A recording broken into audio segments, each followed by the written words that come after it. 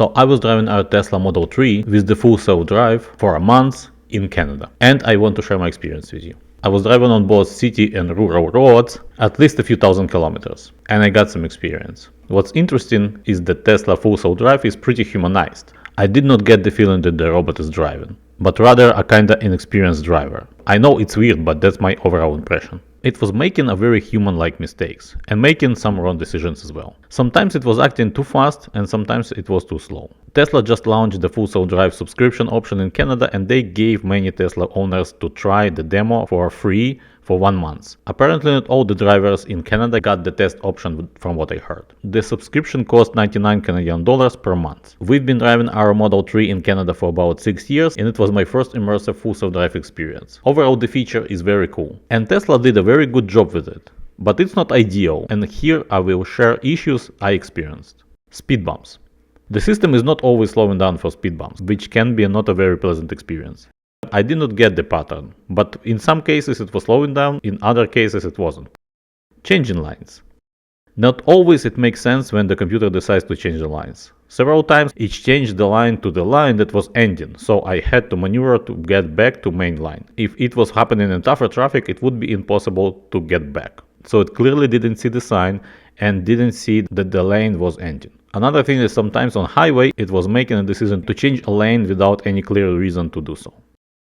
Stop signs. On always stop the car was acting okay, a bit too slow but not too bad. But you lose the moment and you had to take over when someone is letting you go before, for example, and it's happening quite often. On regular stop signs it was very slow. The car stops further than the line, then it creeps slowly and then proceed. On rural roads it's okay, but in a city it is a very slow pace. Speed limit. For some reason it wasn't always recognized the right speed limit.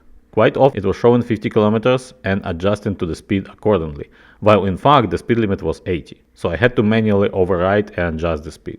Often when speed limit was reducing, the car wasn't reducing the speed accordingly fast enough. Let's say I'm approaching a town and the speed limit is changing from 80 to 60 or 50 kilometers. The car was going 85 and it was still going 85 or 80 for some time, even if the speed limit has changed already. Then it was slowing down, but it wasn't fast enough and it wasn't according to speed limit. Red and yellow light. You don't know what decision car will make on a yellow light. I didn't have much issues, but once it decided to stop on yellow when the driver would proceed, the car stopped too hard in my opinion. Yes, people also do that kind of mistakes all the time, but still it's up to you, and when the computer decides to do it, it's unpredictable to you. And I think that the full self-drive should be more sophisticated than people. Plus, you as a driver can see countdown to the yellow light, for example, and get prepared to stop. Speed offset. The feature I did not quite understand. It was trying to go too fast and way over the reasonable overspeed limit. Summon. The summon feature is pretty cool, but I found it useless for me. I did not have any situation when I wanted to use it, except surprising our kids with it. I saw once a Tesla owner summoning the car from the tight parking spot for a few meters just to be able to properly open the door, and that's probably the best case scenario for the feature. Letting the car driving by itself in a public parking spot is something I would not be doing for sure.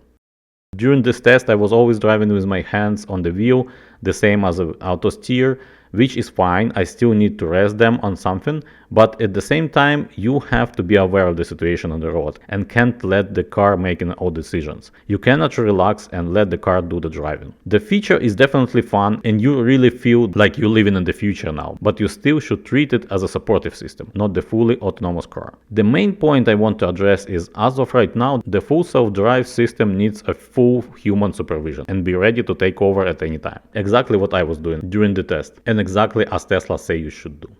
So that's my experience. Let me know your thoughts and if you had any experience with the self-drive. I think it's good that they made it available with the subscription so you can try it, whether it will work for you or not. I personally don't see myself buying it. It's great, it's fun, it can be handy sometimes, but I don't see myself driving with it all the time. Thank you for watching, let me know your thoughts. Don't forget to subscribe and let's explore Canada together.